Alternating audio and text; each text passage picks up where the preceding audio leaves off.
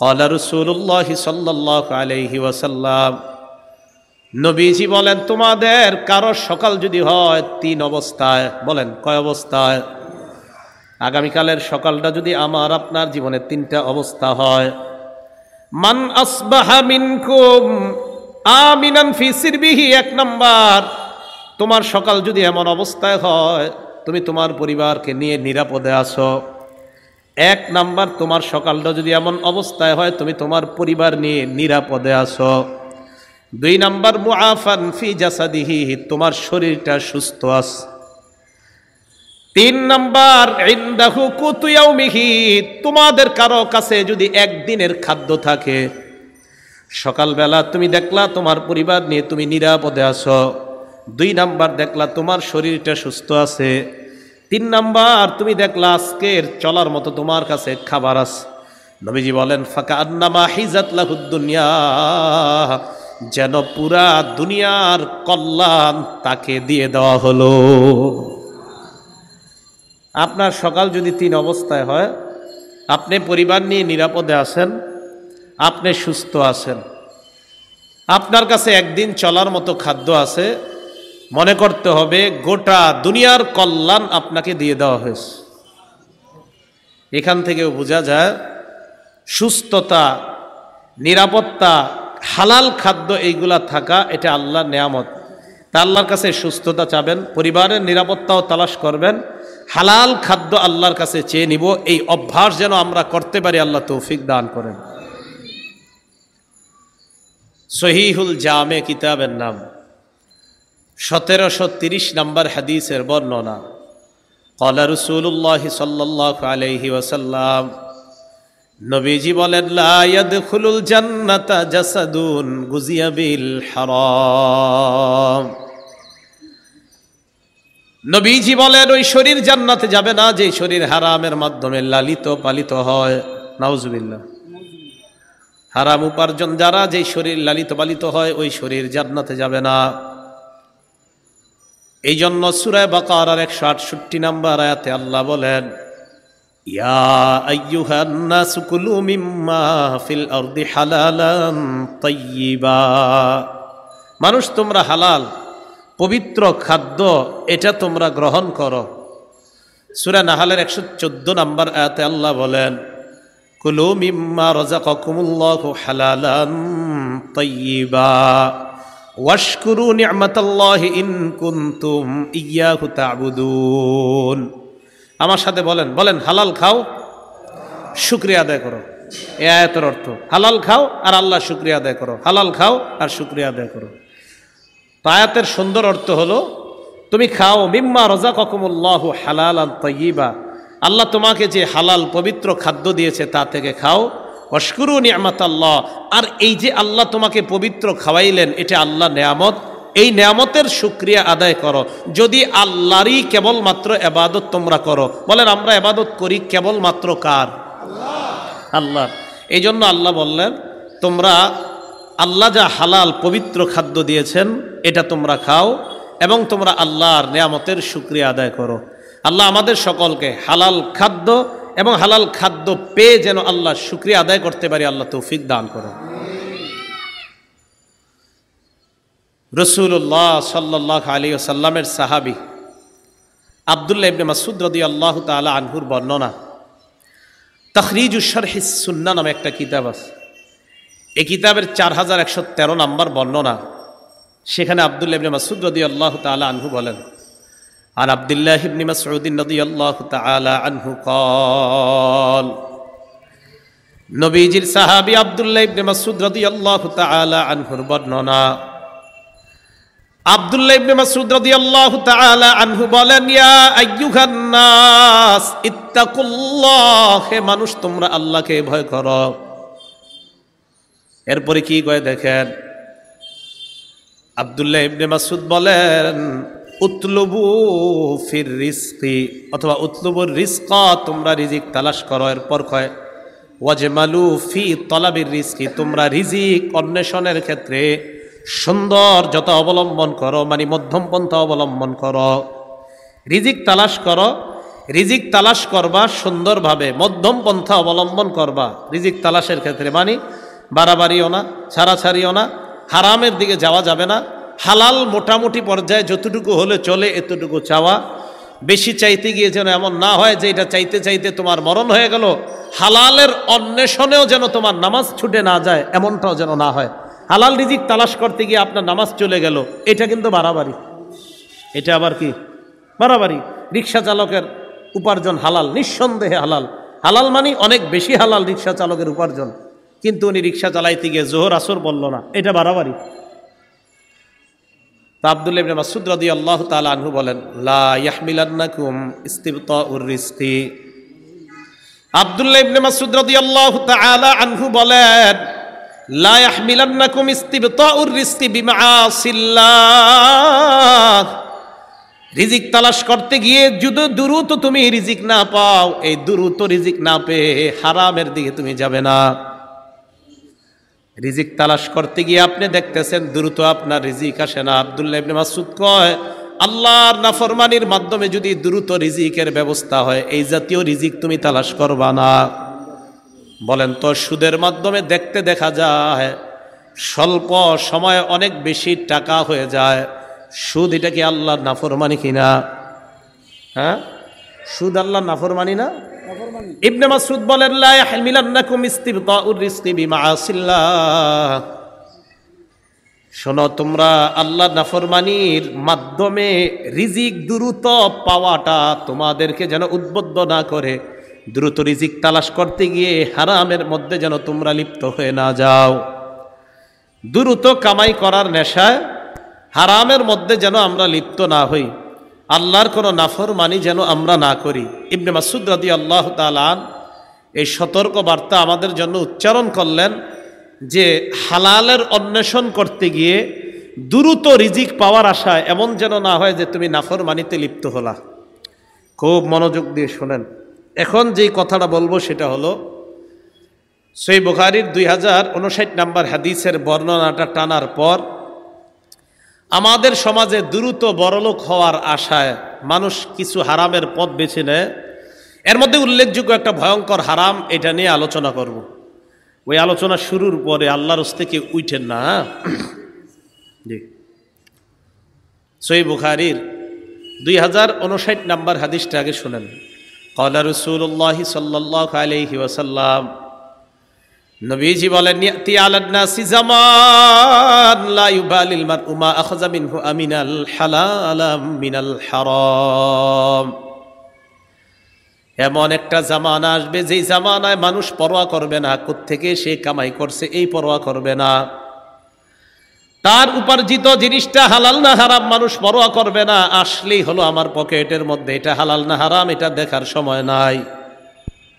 নবীজি বলেন, এমন একটা সময় আসবে মানুষ পরোয়া করবে না সে কি হালাল কামাই করলো না হারাম কামাই করলো। নবীজি বলছে এমন একটা জামানা আসবে। আপনারা বলেন তো, এই জামানা কি আসবে না চলতেছে? এই জাতীয় একটা ভয়ঙ্করতম হারাম, যদিও আমাদের বাংলাদেশের শব্দটা অপরিচিত, আপনারা শোনার পর বলবেন এটা অপরিচিত কিনা। আমাদের বাংলাদেশে যদি পরিচিত হয় বলবেন।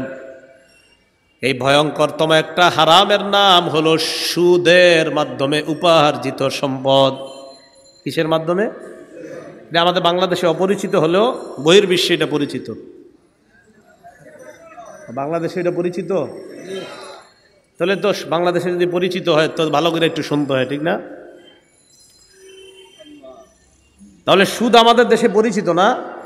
আপনারা কি সবাই সুদ চিনেন? মানে খান আর না খান সমস্যা নাই, সুদের নাম শুনছেন তো? আমাদের দেশে কি সুদ আছে? সুদ হালাল না হারাম? হারাম। তো আমাদের দেশেও তাহলে যেই পদ্ধতিতে উপার্জন, হারাম উপার্জন আমাদের কাছে আসে, এই পদ্ধতির একটা ভয়ঙ্করতম পদ্ধতি হলো সুদ। কারণ এটা অনেকে অনেক নাম দেয়, বিভিন্ন নামে বেনামে সুদ খায়, বিভিন্ন নাম দিবে, মুনাফা, ইন্টারেস্ট, আরো অনেক নাম আসবে।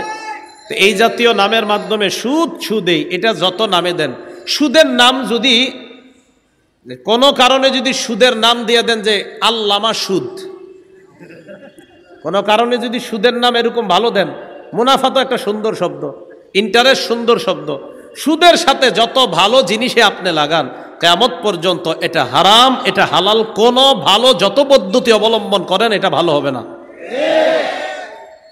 তাহলে আল্লামা লাগান আর ইসলাম লাগান, কি লাগান? আল্লামা লাগান আর এটার সাথে ইসলাম লাগান, আর যাই লাগান সুদ সুদি। সুদের ব্যাপারে 13টা কথা, জোরে বলেন কয়টা? 13টা। 1 নাম্বার, যারা সুদ খান, যারা সুদ খায়, মাইকের আওয়াজেও যারা শুনছেন সুদখোর যারা আছেন, এই যারা আপনারা সুদের সাথে জড়িত আছেন, আপনাদের জন্য আল্লাহ আর তার রসুলের পক্ষ থেকে যুদ্ধের ঘোষণা করা হয়েছে। কিসের ঘোষণা? যুদ্ধের ঘোষণা করা হয়েছে। সূরা বাকারা 278 279 নাম্বার আয়াতে আল্লাহ বলেন, ইয়া আইয়ুহাল্লাযীনা আমানুত্তাকুল্লাহ ওয়া যারু মা বাকিয়া মিনার রিবা ইন কুনতুম মুমিনিন। আল্লাহ বলেন, হে ঈমানদারগণ, তোমরা আল্লাহকে ভয় করো, যদি তোমরা মুমিন হও সুদের কারবার ছেড়ে দাও। আয়াতের অর্থটা আবার শোনেন, দেখেন কি কয়, হে ঈমানদারগণ তোমরা আল্লাহকে ভয় করো, যদি মুমিন হও সুদের কারবার ছেড়ে দাও। ডাক দিছে কি বইলা? ঈমানদার বইলা। শেষে আবার কি বলতেছে দেখেন, যদি মুমিন হও সুদের কারবার ছেড়ে দাও। আজীব শব্দ আল্লাহ বললেন, ডাক দিলেন, ঈমানদার বলে শেষের দিকে বললেন যদি মুমিন হও সুদের কারবার ছেড়ে দাও। কত মায়া করে ডাক দিয়ে বললেন, হে ঈমানদার আল্লাহকে ভয় করো। দেখেন কি কয়, হে ঈমানদার যদি তুমি মুমিন হও সুদের কারবার ছেড়ে দাও। ওনারা আমি বললাম, আব্দুর রহমান ভাই যদি আপনি আব্দুর রহমান হন তাহলে এখানে আসেন। আল্লাহ বলছে, ঈমানদার যদি তুমি মুমিন হও তো সুদের কারবার ছেড়ে দাও। ঠিক, কি সুন্দরভাবে বলতেছে। ফাইল্লাম তাফালু, আমি আল্লাহ বলার পর যদি তোমরা সুদের কারবার ছেড়ে না দাও, ফাজানু বিহারবিম মিনাল্লাহি ওয়া রাসূলি, তাহলে আল্লাহ আর তার রাসূলের পক্ষ থেকে যুদ্ধের ঘোষণা জেনে নাও। তাহলে যারা সুদ খায় তারা আল্লাহ আর আল্লাহ রাসূলের পক্ষ থেকে যুদ্ধের ঘোষণা নিয়ে নিস, এই জন্য নাও। 2 নাম্বার, যারা সুদ খায় কিয়ামতের ময়দানে তারা পাগল অবস্থায় উঠবে। কি অবস্থায়? পাগল। এটা খায়েন না। সূরা বাকারার 275 নাম্বার আয়াতে আল্লাহ বলেন, আল্লাযীনা ইয়াকুলুনার রিবা, যারা সুদ খায়, লা ইয়াকুমুনা ইল্লা কামা ইয়াকুমুল্লাযী ইয়াতাখাব্বাতুহুশ শাইতানু মিনাল মাস, এরা কিয়ামতের ময়দানে এমন অবস্থায় উঠবে যেন শয়তান তাদেরকে স্পর্শ করে পাগল বানায়া দিছে। যালিকা বিআন্নাহুম ক্বালু ইন্নামাল বাইউ মিসলুর রিবা, এটা এই কারণে তারা দুনিয়ার মধ্যে বলতো ব্যবসা সুদের মতো। বলে নাউজুবিল্লাহ, ব্যবসা কি সুদের মতো? আল্লাহ বলেন, আহাল্লাল্লাহুল বাইআ, আল্লাহ ব্যবসাকে হালাল করেছেন, ওয়া হাররামার রিবা, আল্লাহ সুদকে হারাম করেছেন। এখন মনে করেন আমি একটা অফিস বানাইলাম, অফিসের মধ্যে দেয়ালে লেখা আহাল্লাল্লাহুল বাইআ ওয়া হাররামার রিবা, আমার অফিসের দেয়ালে লেখা আল্লাহ ব্যবসাকে হালাল করেছেন, সুদকে হারাম করেছেন, কিন্তু আমার অফিসের কর্মকাণ্ড সব সুদের। হ্যাঁ, এটা পিছনে লেখার মানে কি? আমি অফিসে লেগে রাখলাম আল্লাহ সুদকে হারাম করেছেন, ব্যবসাকে হালাল করেছেন, আর আমি ওইটাকে কেন্দ্র করে আপনাদেরকে সুদি কারবারে আহ্বান জানাচ্ছি। তাহলে এটা যতই আমি লিখে রাখি আর যদি সুদি কারবার করি, তো বলেন তো লিখে রাখার পরেও যদি সুদি কারবার বলি, তো এই সুদ কি হালাল হবে না হারাম? সুদ এটা হারাম। 3 নাম্বার, যারা সুদ খায় দুনিয়াতে, এই জায়গায় আমি সবার জন্য দোয়া করি, আল্লাহ যেন কাউকে সুদি কারবারে লেনদেন অবস্থায় মৃত্যু না দেয়।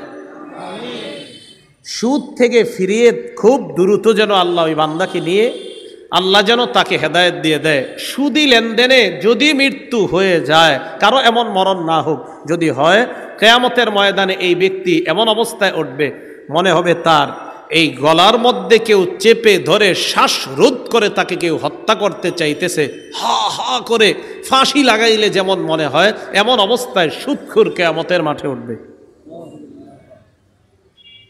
উমদাতুত তাফসীর 1 নম্বর খণ্ড 330 নম্বর পৃষ্ঠা।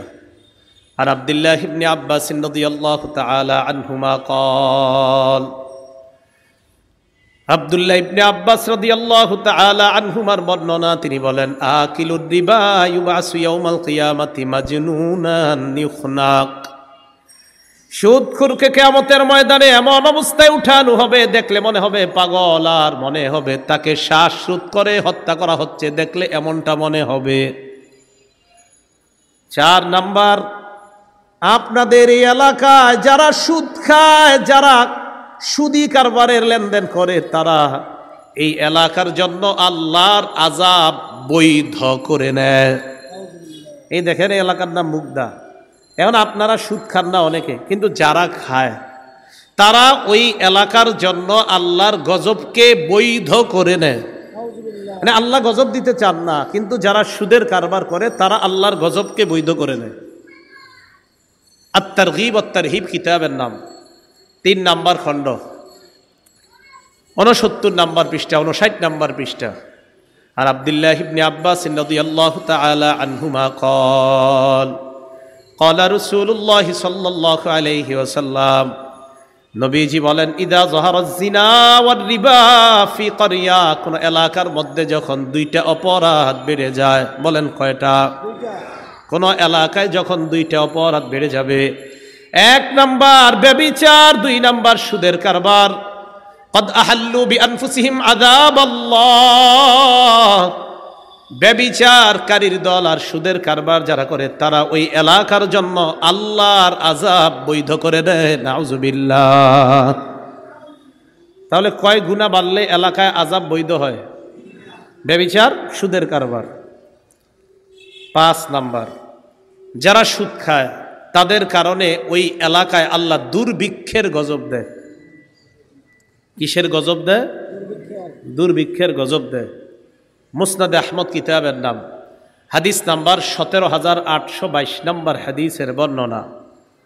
আন আমর ইবনুল আস রাদিয়াল্লাহু তাআলা আনহু قال, আমর ইবনুল আস রাদিয়াল্লাহু তাআলা আনহুর বর্ণনা, মা মিন কওমিন ইয়াজহারু ফীহিমুর রিবা ইল্লা উখিযু বিসসানা, কোন এলাকার মধ্যে যদি সুদের কারবার বেড়ে যায়, ওই এলাকার মানুষগুলাকে দুর্ভিক্ষের গজব দ্বারা পাকড়াও করা হয়, দুর্ভিক্ষের গজব তাদের উপর চাপিয়ে দেওয়া হয়।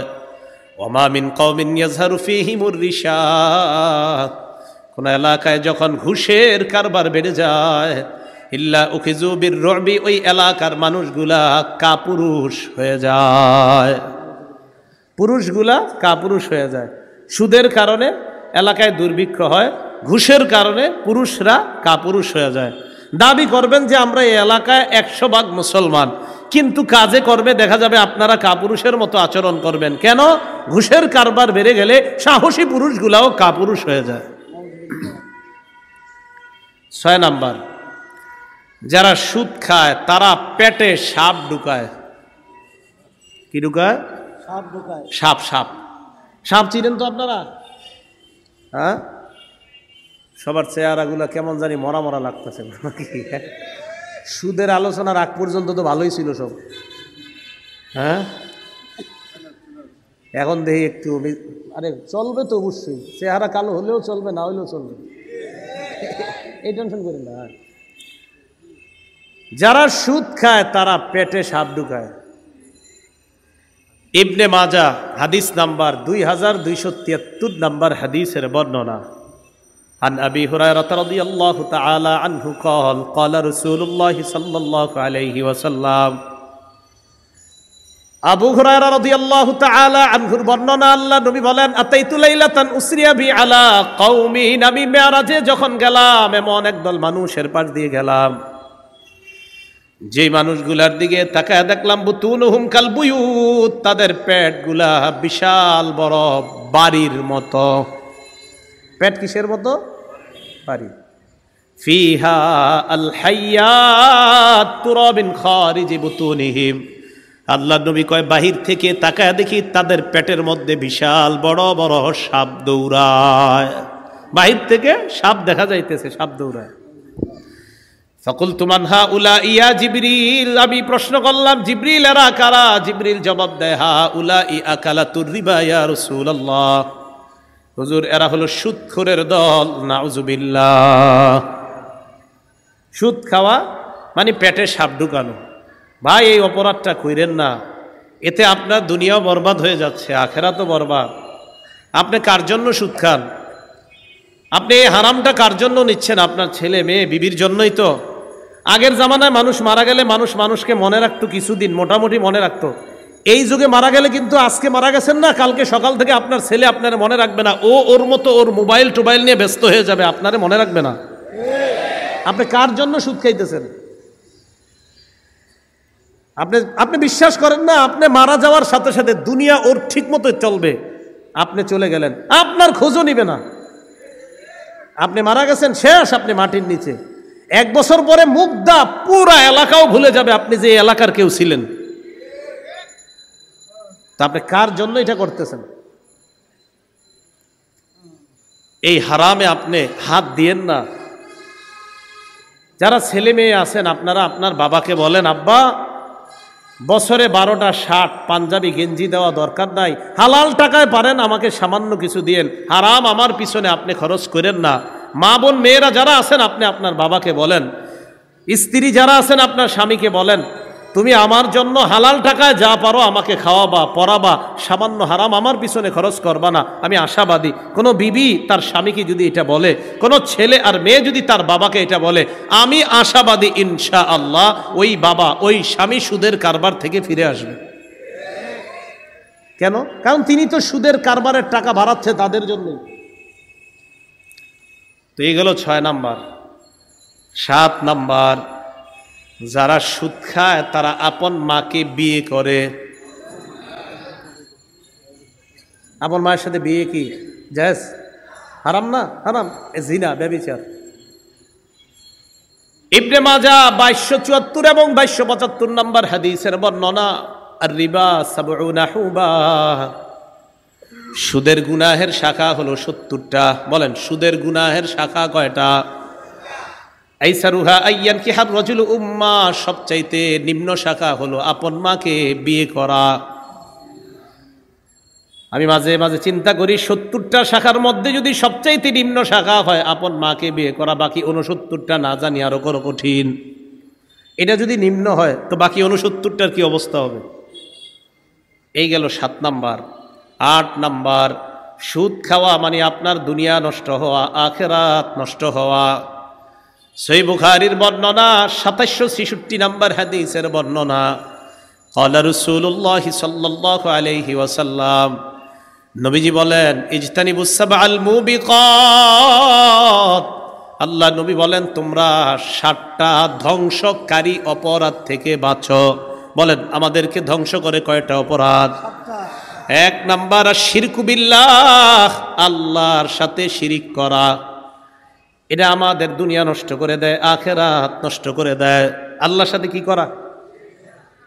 জোরে বলেন তো, আল্লাহর সাথে শিরিক করা যাবে না। আমাদের অবস্থা কি জানেন? আমার নাম আব্দুর রহমান, আব্বার নাম আব্দুর রহিম, মার নাম রহিমা, জামিলা, কুলসুমা। তা আমি মনে করি আমি তো মুসলমান, আমার বাপ মুসলমান, মা মুসলমান, অথচ আমি পীরের পায়ে সেজদা দেই। আমি যদি মাজারে সেজদা দেই, আমার নাম মুসলমান হলেও আমার পরিচয় হবে মুশরিক। সেজদা কাকে দিতে হবে? আল্লাহকে দিতে হবে।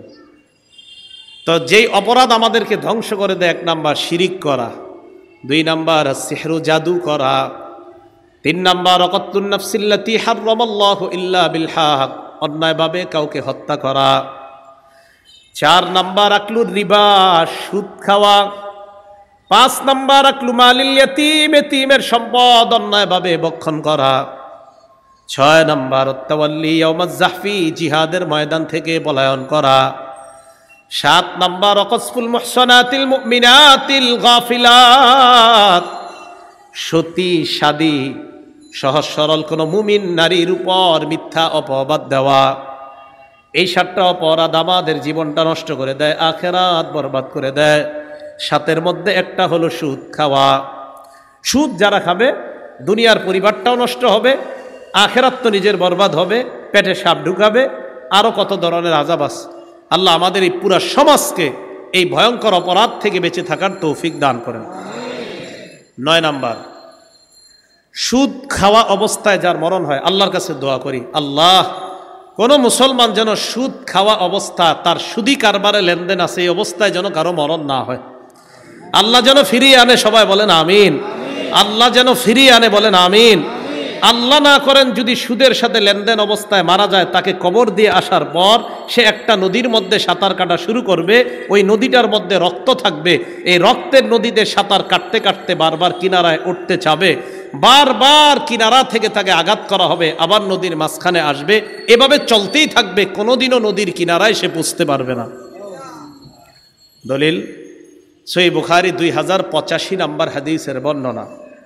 আন সামুরা ইবনে জুনদুব রাদিয়াল্লাহু তাআলা আনহু قال قال رسول الله صلى الله عليه وسلم।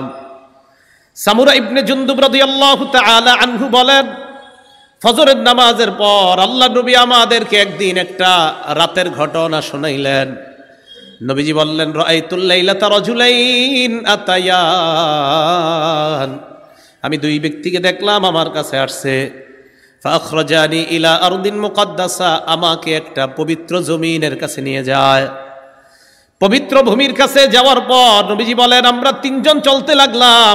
ফানতালাকনা হাত্তা আতাইনা আলা নাহরিম মিন দাম, চলতে চলতে একটা নদীর কাছে গেলাম, ওই নদীর মধ্যে তাকিয়ে দেখলাম নদীর মধ্যে রক্ত আর রক্ত। আমাদের দেশে নদীতে কি আছে?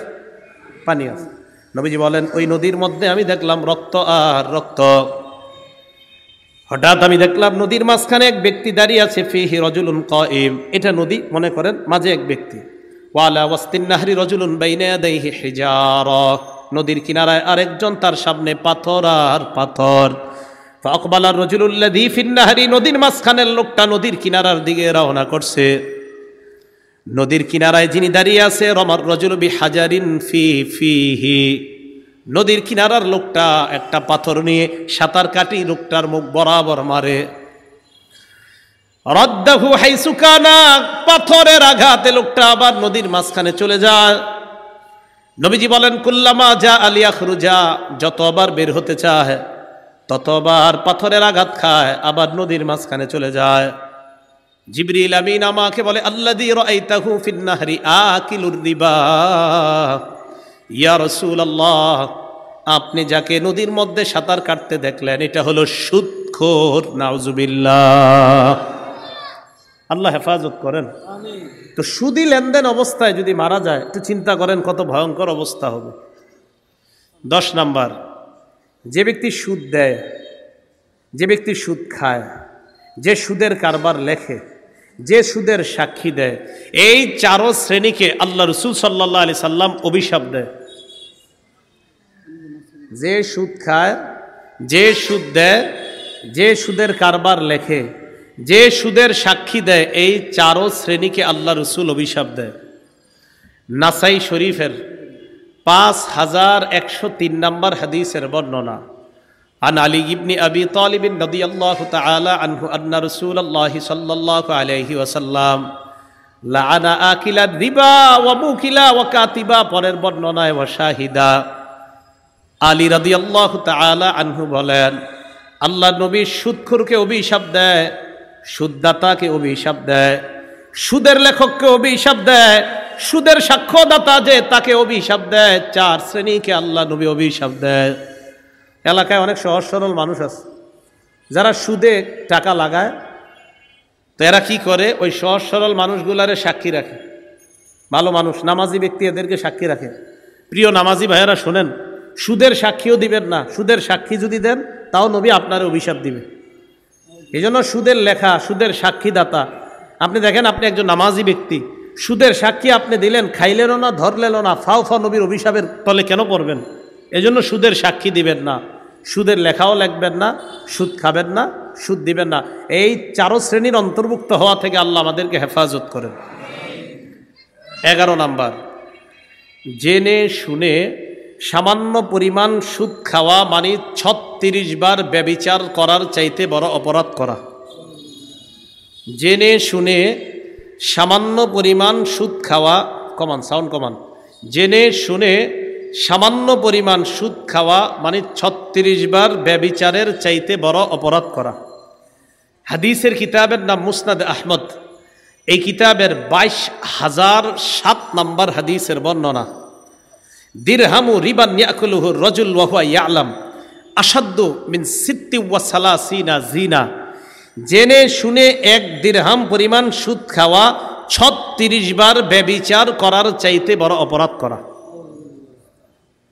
ভাইয়েরা, সুদ খায়েন না, মেহেরবানি করে অপরাধটা থেকে বেঁচে থাকেন। আল্লাহ আমাদের সকলকে হেফাজত করেন। আল্লাহ বলেন ইয়ামহাকুল্লাহুর রিবা ওয়া ইউরবিস সাদাকাত। সুদ আল্লাহ ধ্বংস করে দেয়। বলেন সুদ আল্লাহ কি করে দেয়? সবাই বলেন সুদ আল্লাহ কি করে দেয়? তাহলে সুদের উপার্জিত যেই অর্থ আমরা দেখি, যত বাড়তি হোক না কেন, যত বেশি হোক না কেন, এটা আল্লাহ কি করে দেয়? ধ্বংস করে দেয়। 12 নাম্বার, আবারও ওই দোয়া করি, আগের দোয়া, সুদি লেনদেন অবস্থায় যেন কোনো মুসলমান আমাদেরকে আল্লাহ মৃত্যু না দেয়। সুদি লেনদেনে যদি মারা যান জান্নাত থেকে বঞ্চিত হয়ে যাবেন। 12 নাম্বার, আল মুস্তাদরাক লিল হাকিম কিতাবের নাম। এই কিতাবের 2260 নাম্বার হাদিসের বর্ণনা। নবীজি বলেন আরবাউন হাক্কুন আলাল্লাহি আল্লাহ ইউদখিলাহুমুল জান্নাহ। 4 ব্যক্তির ব্যাপারে আল্লাহর হক, 4 ব্যক্তির ব্যাপারে আল্লাহর হক। দেখেন নবী কি কয়, 4 ব্যক্তির ব্যাপারে আল্লাহর হক হলো তাদেরকে জান্নাত না দেওয়া। 4 জনকে জান্নাত না দেওয়া এটা আল্লাহর হক। কয়জনকে জান্নাত না দেওয়া আল্লাহর হক? 1 নাম্বার মুদমিনুল খামরি, যে প্রতিনিয়ত মদ পান করে, মদ্যপানে অভ্যস্ত, প্রতিনিয়ত মাদক সেবন করে, এই ব্যক্তিকে জান্নাত না দেওয়া আল্লাহর হক। নিয়মিত মদ পান করে, খাইতে খাইতে মারা গেছে, এই ব্যক্তিকে জান্নাত না দেওয়া আল্লাহর হক। এই জন্য অনেকে দেখবেন আপনার এই মদ পান করতে করতে করতে করতে এক সময় এমন অবস্থা হয় যে তাকে আপনার বিভিন্ন জায়গায় নিয়ে ভর্তি করা হয়। সেখানে যাওয়ার পরে বলে যে আমার মদ লাগবে। কি লাগবে? মদ লাগবে। এই আল্লাহ না করেন এই অবস্থায় যদি মারা যায় তাহলে তাকে জান্নাত না দেওয়া আল্লাহর হক। তো এই জন্য অনেক সময় দেখবেন বিভিন্ন দেশে অনেক মদে আসক্ত হওয়া ব্যক্তিরা যখন মারা যায়, যে নিয়মিত মদ পান করে, এর ব্যাপারে দেখবেন যখন প্রশ্ন করে সাংবাদিকরা, হাউ ডিড হি ডাই, সে কিভাবে মারা গেছে, দেখবেন ওখানে পেপারে পরের অংশগুলো কি লেখে একটু দেখেন যে কিভাবে মারা গেল। দেখবেন বলবে অমক মাদক দ্রব্যের অমক নেশার কারণে তার শরীরে এটা সাপ ছোবল দিলে বিষের ক্রিয়ায় মারা গেছে। আমরা বলি মদের এই ক্রিয়ায় সে মারা গেছে, মদ্যপান অবস্থায় সে মারা গেছে। আল্লাহ না করেন যদি মারা যাওয়াটা ওই অবস্থায় হয়, তাকে জান্নাত না দেওয়াই আল্লাহর হক। 2 নাম্বার ওয়া আকিলুর রিবা, যে সুদ খায় ওই সুদি অবস্থায় যদি মারা যায় তাকে জান্নাত না দেওয়া আল্লাহর হক। 3 নাম্বার ওয়া আকিলু মালিল ইয়াতীম, এতিমের সম্পদ অন্যায়ভাবে ভক্ষণকারীকে জান্নাত না দেওয়া আল্লাহর হক। এতিমের সম্পদ ভক্ষণ বুঝেননি? বড় ভাই মারা গেছে, ছোট ভাইয়ের দায়িত্ব এসে গেছে, এবার ভাতিজা ভাতিজির দায়িত্ব নেওয়া।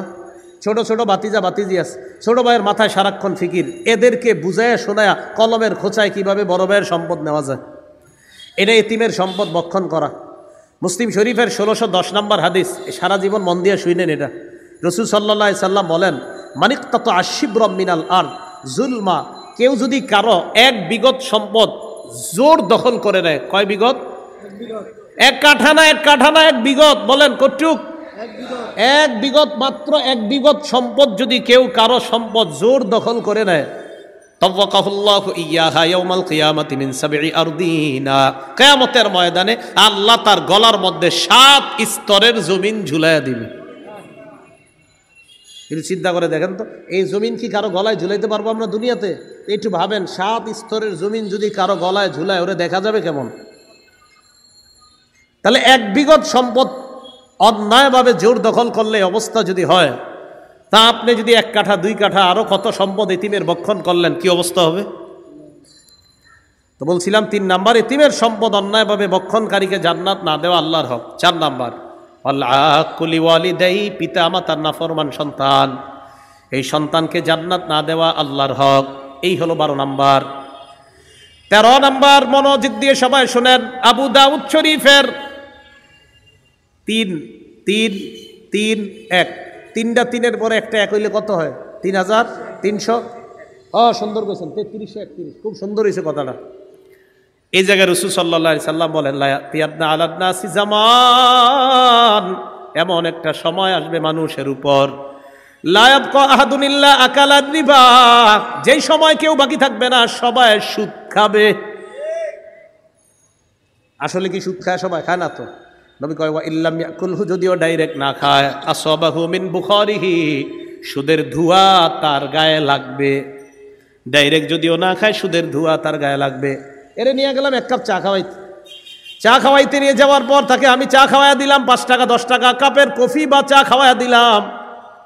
সে তো জানে না আমি তাকে চা খাওয়াইছি কোন টাকায়, তার জন্য যদিও গুনাহ হবে না, আমি সুদের টাকায় খাওয়াইয়া দিলাম। এই ব্যক্তি যদিও জানে না, সুদের টাকায় চা খাওয়াইয়া তার পেটের মধ্যে সুদের হাওয়া, সুদের ধোঁয়া ঢুকাইয়া দিস। এ জানে না, তার গুনাহ হবে না।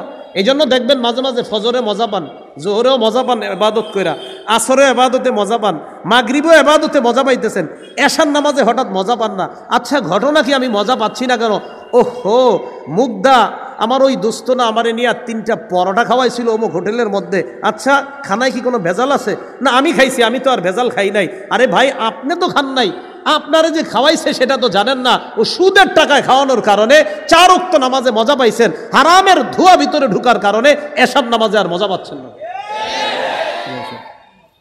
এই জন্য আমরা অনেকে জানি, তা খাইতে খুব সাবধান, খাবার খাইতে খুব সাবধান।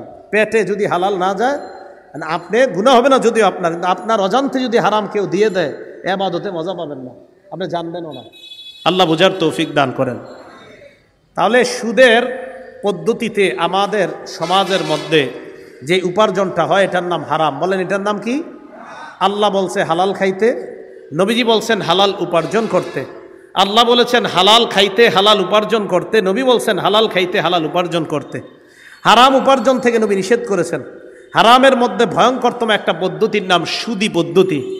এই পদ্ধতিতে যারা উপার্জন করি 13টা ভয়াবহ অবস্থা। খুব সংক্ষেপে আবার নতুন করে যারা আসছি মনে রাখি, 1 নাম্বার, যারা সুদ খায় আল্লাহ রসুলের পক্ষ থেকে তাদের জন্য যুদ্ধের ঘোষণা, সূরা বাকারা 278-279 নম্বর আয়াত। 2 নাম্বার, যারা সুদ খায় কিয়ামতের ময়দানে পাগল অবস্থায় উঠবে, সূরা বাকারা 275 নম্বর আয়াত।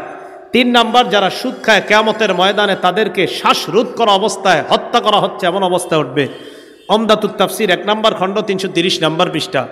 4 নাম্বার, যারা সুদ খায় তারা এলাকার জন্য আযাব বৈধ করে নেয়, আত-তারগীব ওয়াত-তারহীব 3 নম্বর খণ্ড 69 নম্বর পৃষ্ঠা। 5 নাম্বার, যারা সুদ খায় তাদের কারণে এলাকায় দুর্ভিক্ষ আসে, মুসনাদে আহমদ 17822 নম্বর হাদিস। 6 নাম্বার, যারা সুদ খায় তারা পেটে সাপ ঢুকায়, ইবনে মাজাহ 2273 নম্বর হাদিস। 7 নাম্বার, যারা সুদ খায় তারা আপন মাকে বিয়ে করে, ইবনে মাজাহ 2274-2275 নম্বর হাদিস। 8 নাম্বার, যারা সুদ খায় তাদের দুনিয়া ধ্বংস আখিরাত ধ্বংস, সহিহ বুখারী 2766 নম্বর হাদিস। 9 নাম্বার, যারা সুদ খায় মরণের পর কিয়ামত পর্যন্ত রক্তের নদীতে সাঁতার কাটবে, সহিহ বুখারী 2085 নম্বর হাদিস। 10 নাম্বার, যে সুদ খায়, সুদ দেয়, সুদের সাক্ষী দেয়, সুদের লেখালেখি করে, তার উপর রসুলের অভিশাপ, নাসাই শরীফ 5103 নম্বর হাদিস। 11 নাম্বার, জেনে শুনে সামান্য পরিমাণ সুদ খাওয়া 36 বার ব্যভিচারের চেয়ে বড় অপরাধ করা, মুসনাদে আহমদ 22007 নম্বর হাদিস। 12 নাম্বার, সুদী অবস্থায় যদি মারা যায় কেউ, আল্লাহ এই মারানকে আমাদেরকে না দেখ, যদি কেউ মারা যায় তাহলে তার জন্য জান্নাত হারাম হয়ে যায়, জান্নাত থেকে সে বঞ্চিত হয়ে যায়। আল মুস্তাদরাক লিল হাকিম 2260 নম্বর হাদিস। 13 নাম্বার, এমন একটা সময় আসবে যে সময় সবাই যদিও সুদ না খায়, সুদের হাওয়া অন্তত সবার গায়ে লেগে যাবে। আবু দাউদ শরীফ 3331 নম্বর হাদিস।